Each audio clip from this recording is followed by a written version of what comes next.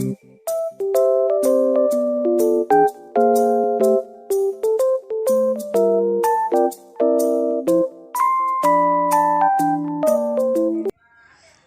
teman-teman, ketemu lagi dengan saya Siti Sadawarni Hias. Baik, kita langsung saja. Sekarang kita akan masuk materi bab 3, itu perilaku biaya aktivitas. Jadi di sini kita mempelajari bagian A, yaitu pendahuluan. Dan yang pertama, pengantar singkat yang berisi penjelasan umum terkait materi yang akan dibahas. Jadi di sini kita akan mempelajari tentang bagaimana perencanaan, pengendalian, dan pengambilan keputusan.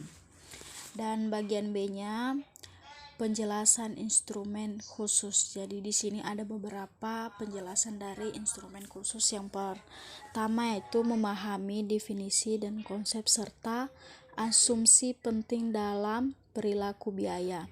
Dan yang kedua yaitu memahami klasifikasi biaya. Ada biaya variabel, biaya tetap, dan biaya campuran. Dan yang ketiga, menjelaskan aplikasi konsep perilaku biaya terkait dalam topik-topik manajemen biaya lainnya.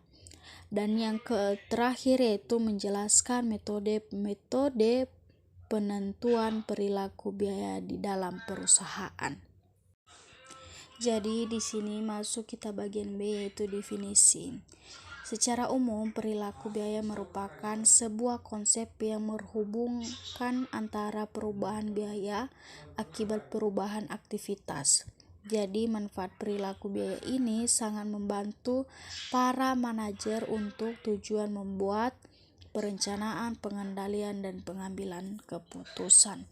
Jadi di sini secara spesifik menurut Gary Shore et al. 2014 menjelaskan bagaimana biaya reaksi terhadap perusahaan tingkat aktivitas, di mana ketika aktivitas naik dan turun, maka biaya juga ikut naik dan turun, atau kemungkinan tetap konstan.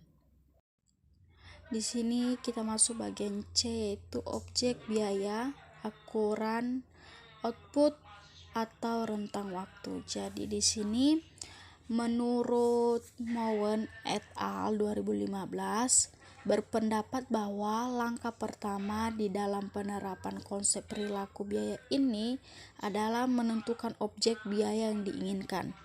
Dan langkah keduanya setelah menentukan objek biaya adalah menentukan dan mengidentifikasikan pergerakan atau driver yang mendasari yang terjadinya suatu biaya atau outputnya, baik jumlah ukuran keluar maupun jenis penggerakannya. Dan di sini juga langkah ketiganya terkait dengan perilaku biaya adalah menentukan rentang biaya dan output yang relevan, yaitu menentukan besar biaya yang berlaku dalam kegiatan operasi normal perusahaan. Dan bagian D, asumsi linearitas. Jadi di sini asumsi linearitas menjadi akuntansi manajemen yang dapat merencanakan dan mengevaluasi hubungan antara biaya dan aktivitas, terutama pada biaya variabel. Jadi biaya variabel ini menggambarkan variasi biaya akibat variasi akibat output. Sebagai contoh, semakin besar biaya bahan baku suatu produk, maka semakin besar juga produk yang dihasilkan. Bagian E, yaitu klasifikasi perilaku biaya. Jadi saya juga mohon maaf ya, di sini ada double, sebenarnya ada 3, itu yang pertama biaya tetap, biaya variabel, dan biaya campuran. Jadi di sini biaya tetap adalah biaya yang tidak berubah secara total karena perubahan output, yang menurut Mower et al. 2015. Dan yang keduanya yaitu biaya variabel. Biaya variabel adalah biaya yang berubah secara total dan profesional mengikuti perubahan singkat aktivitas, yang di sini menurut Garrison et al. 2014. Dan yang berikutnya biaya campuran. Biaya campuran merupakan biaya yang memiliki kriteria sehubungan atau kombinasi antara biaya tetap dengan biaya variabel. Jadi di sini menurut Grayson dan Mower 2015. Bagian F, aplikasi konsep perilaku biaya. Jadi di sini ada beberapa bagian, yaitu yang pertama contribution margin analysis. Jadi di sini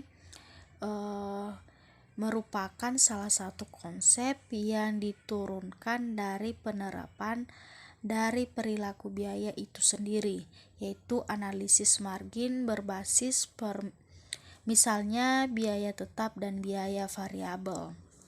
Dan yang nomor kedua yaitu sumber daya fleksibel dan komitmen.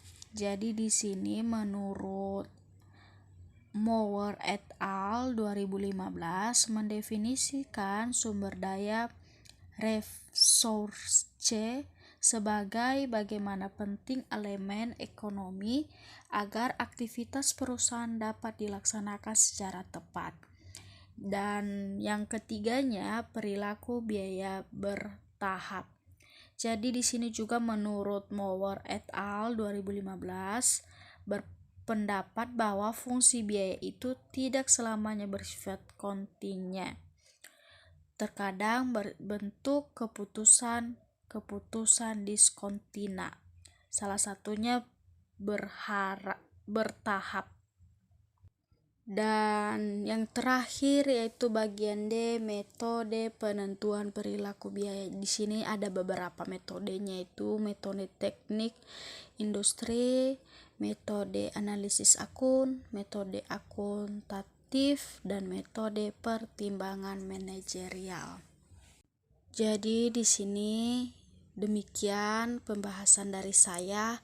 Apabila ada kekurangan dan kesalahan, mohon dimaafkan. Sampai ketemu di video selanjutnya. Bye bye.